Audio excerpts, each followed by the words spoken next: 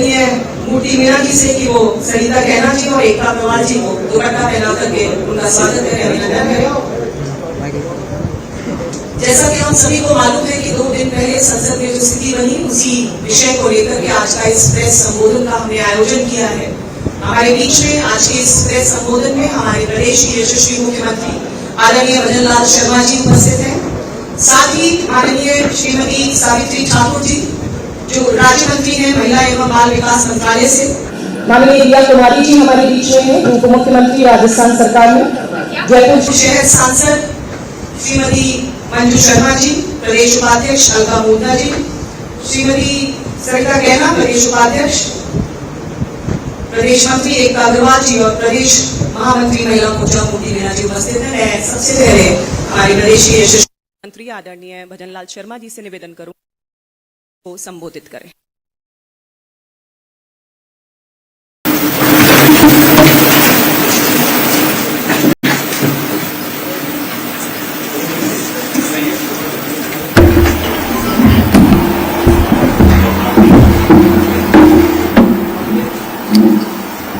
सबसे पहले तो आप सभी का बहुत बहुत स्वागत, बहुत बहुत अभिनंदन। आज की इस प्रेस वार्ता में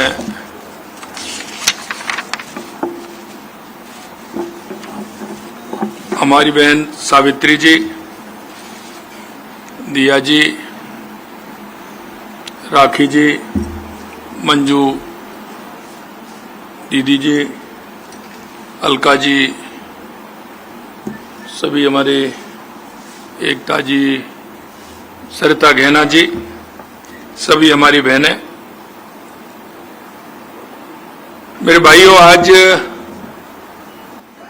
ये प्रेस वार्ता इसलिए बुलाई गई है कि आप सभी देख रहे हो, जैसा आप सभी को पता है, देश के यशस्वी प्रधानमंत्री नरेंद्र मोदी जी महिला शक्ति को संसद और विधानसभा में प्रतिनिधित्व देने के लिए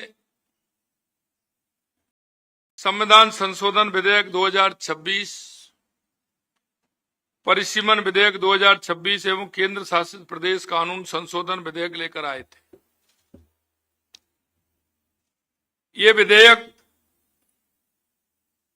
वो विधेयक था कि इसके पारित होने से 2029 के आम चुनावों में ही लोकसभा और विधानसभा में हमारी माता बहनों को 33% आरक्षण प्राप्त करने में सक्षम होता, क्योंकि आपने जैसा देखा है और आप जानते हैं, क्योंकि आजादी के 70 साल बाद भी आप देख सकते हैं कि जो हमारी माता बहनों का हक था, जो सबसे ज्यादा देश के अंदर इस पार्टी की सरकार रही,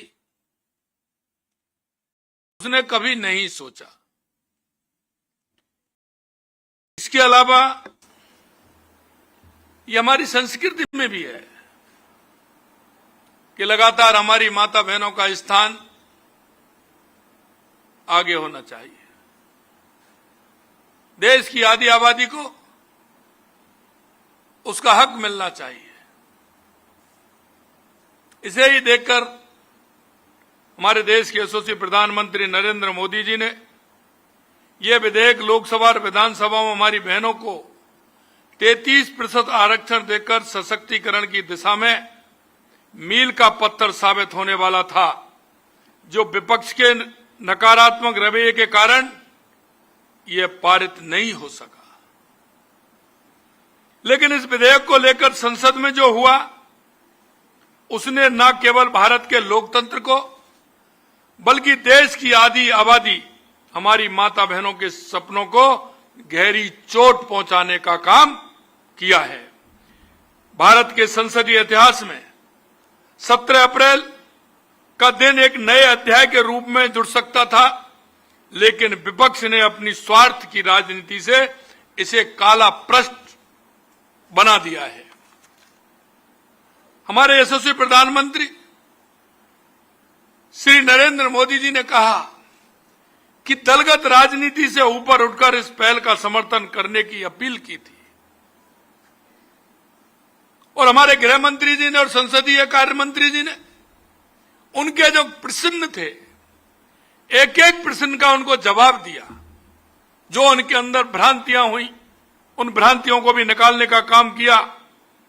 हमारे उन सभी सदस्यों ने दलगत भावना से ऊपर उठकर इस विधेयक का समर्थन करने की अपील की, लेकिन विपक्ष हमेशा की तरह नारी शक्ति के विरोध में खड़ा रहा। मोदी जी का सपना है कि विधानसभा से लेकर संसद तक हमारी मातृशक्ति का नेतृत्व हो। नारी शक्ति बंधन केवल बिल नहीं है, बल्कि विकसित भारत के संकल्प का आधार है। और जैसा मैंने पहले कहा कि आज से नहीं है, ये अनादिकाल से है। हमारी संस्कृति में माता बहनों को आगे रखा है। आप देख सकते हैं, भगवान से पहले हमारी माता का नाम आता है। सीताराम, राधे श्याम, लक्ष्मी नारायण।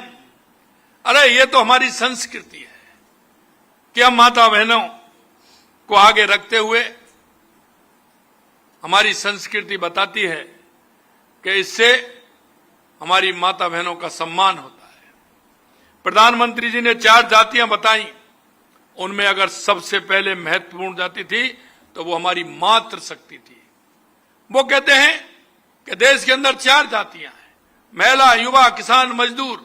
सबसे पहले हमारी मातृशक्ति, हमारी महिलाओं को स्थान दिया। और आपको मैं ये भी कहना चाहता हूं, 2014 के बाद जो आप देखेंगे, हमारे प्रधानमंत्री जी ने माता बहनों के लिए जिस तरह से अभियान लिया, क्योंकि जब 2014 में हमारी सरकार आई थी माननीय प्रधानमंत्री जी के नेतृत्व में, तो हमारे लिंग अनुपात में बहुत बड़ी कमी थी। लेकिन प्रधानमंत्री जी ने नारा दिया, बेटी बचाओ और बेटी पढ़ाओ के आधार पर आज देख सकते हैं कि उस अनुपात में कितनी कमी आई है, हमारी बहनों की संख्या कितनी बड़ी है। ये माननीय प्रधानमंत्री जी की देन है। आप ये भी देख सकते हैं कि माननीय प्रधानमंत्री जी ने आते ही जो माता बहनों की पीड़ा थी, स्वच्छ भारत मिशन को लेकर के शौचालय बनवाने की, उज्ज्वला योजना, लखपति दीदी, ये सारी जो योजना है माननीय प्रधानमंत्री जी के नेतृत्व में हुई है। बहुत सारी योजना है, लेकिन विपक्ष ने अपनी ओछी राजनीति के चलते देश की करोड़ों बहनों के अरमानों पर पानी फेर दिया। कांग्रेस, डीएमके, टीएमसी, सपा जैसे दलों ने इस विधेयक का समर्थन न करके महिलाओं की आकांक्षाओं और अधिकारों के प्रति हुई अपनी उदासीनता जाहिर कर दी है। ये वो पार्टियां हैं जो परिवारवादी पार्टियां हैं। इनके मन में कहीं ना कहीं शंका पैदा होती है माता बहनों के नाम पर।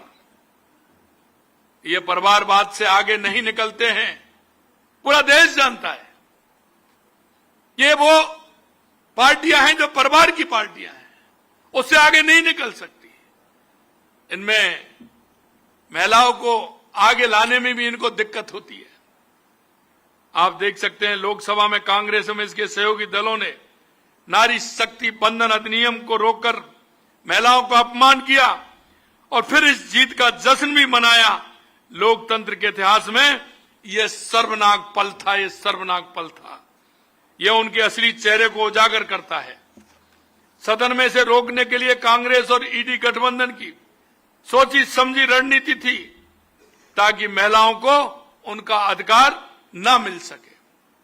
विपक्ष ने ओबीसी महिला परिसीमन में दक्षिण भारत के नाम पर भ्रम फैलाया ताकि क्षेत्रीय भावनाओं को भड़काया जा सके, असली मुद्दे से ध्यान हटाया जा सके, जबकि वास्तविकता यह है कि सीटों की संख्या बढ़ने पर सभी राज्यों को समुचित प्रतिनिधित्व मिलता। और हमारे गृह मंत्री जी ने एक एक करके बताया, जो उनके प्रश्न थे उनका सबका जवाब दिया और उनको कहा कि कम नहीं, उनको ज्यादा मिल रहा है। और मैं कहना चाहता हूं कि लेकिन समझेगा वो जो समझना चाहते हैं। ये विपक्ष के लोग लगातार आप देख रहे हैं, सबसे शर्मनाक बात यह है कि यही दल महिला सम्मान का ढोंग करते हैं, लेकिन जब संसद में महिलाओं को वास्तविक प्रतिनिधित्व देने का समय आता तो विरोध में खड़े हो जाते हैं। ये इनका ढोंग भी है। कांग्रेस ने हमारी नारी सम्मान की केवल बातें की, बातों के अलावा कुछ नहीं किया। जब अधिकार और संवैधानिक धरातल पर उतारने का समय आया तो उन्होंने मामले को ठंडे बस्ते में डालने की पुरानी रणनीति अपनाई।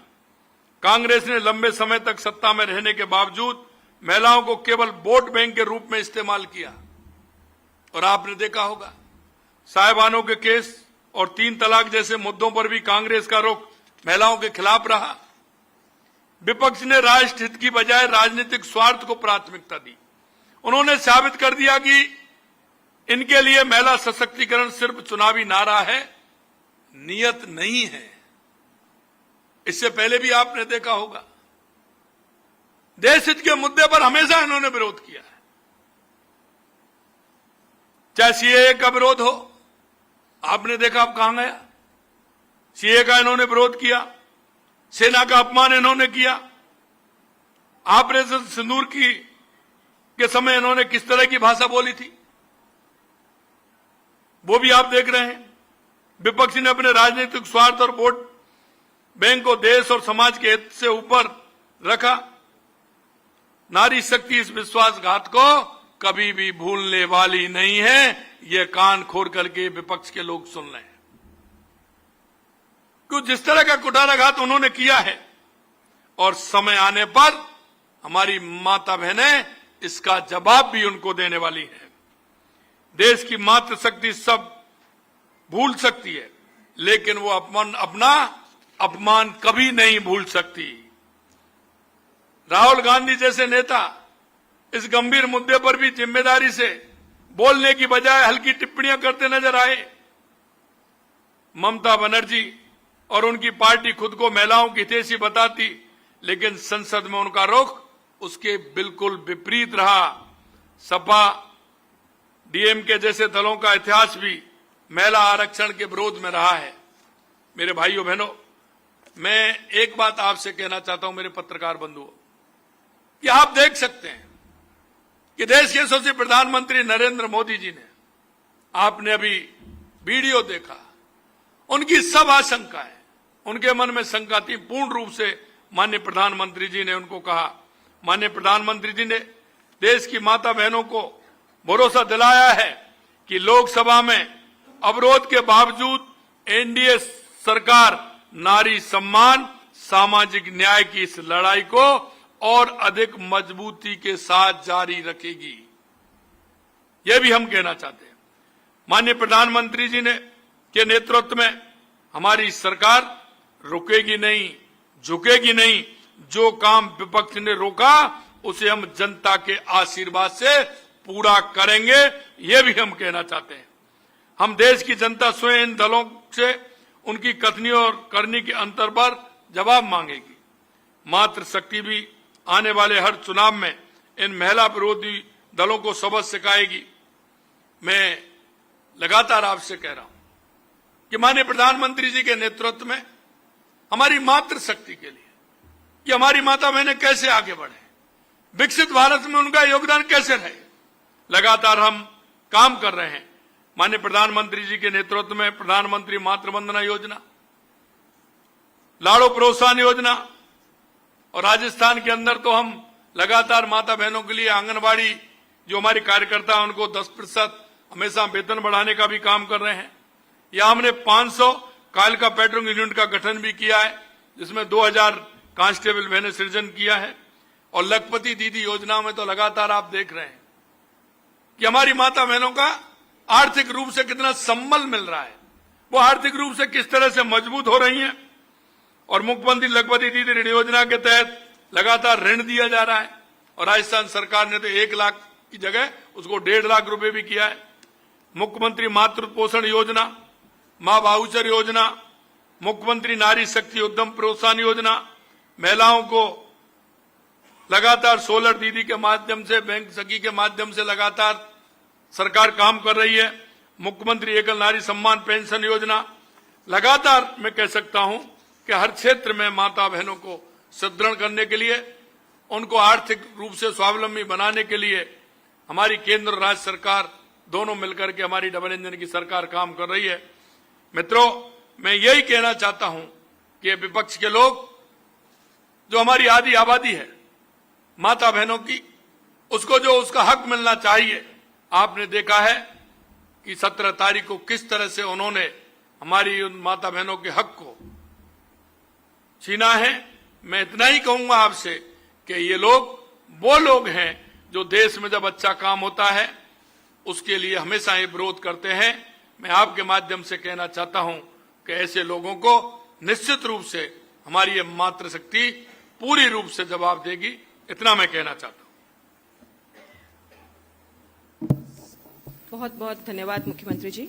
अब मैं माननीय श्रीमती सावित्री ठाकुर जी से निवेदन करूंगी कि वो प्रेस को संबोधित करें।